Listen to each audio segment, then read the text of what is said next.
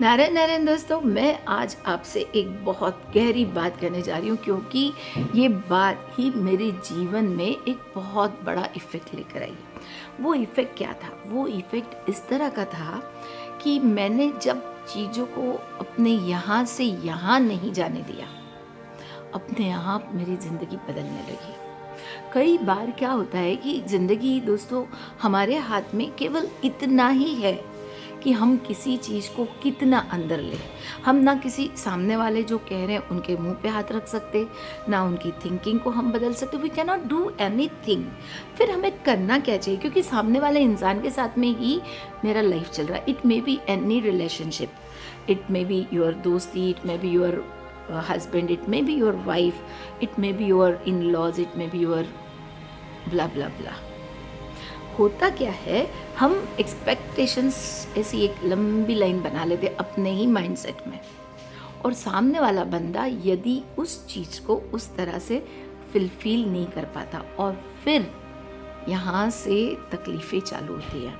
और ये जो तकलीफ़ें हैं ये केवल यहीं तक नहीं रहती, ये धीरे धीरे हार्ट में जाएगी, धीरे धीरे आपकी पूरी बॉडी के हर एक पार्ट पे काम करेगी। और इस पार्ट से निकलने के लिए एक ही उपाय है, और वो केवल आप ही कर सकते हो। वो उपाय कौन सा होंगे?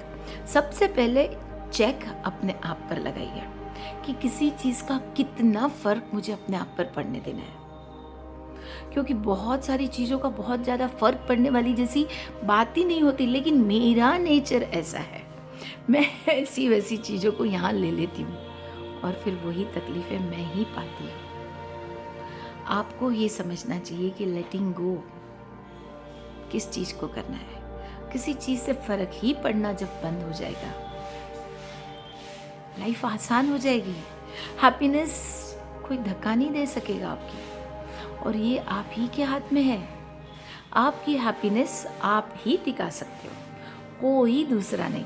तो फिर कहाँ, कौन सी चीज़ का कितना इफ़ेक्ट मुझे अपने यहाँ होने देना है, ये केवल आपके हाथ में है।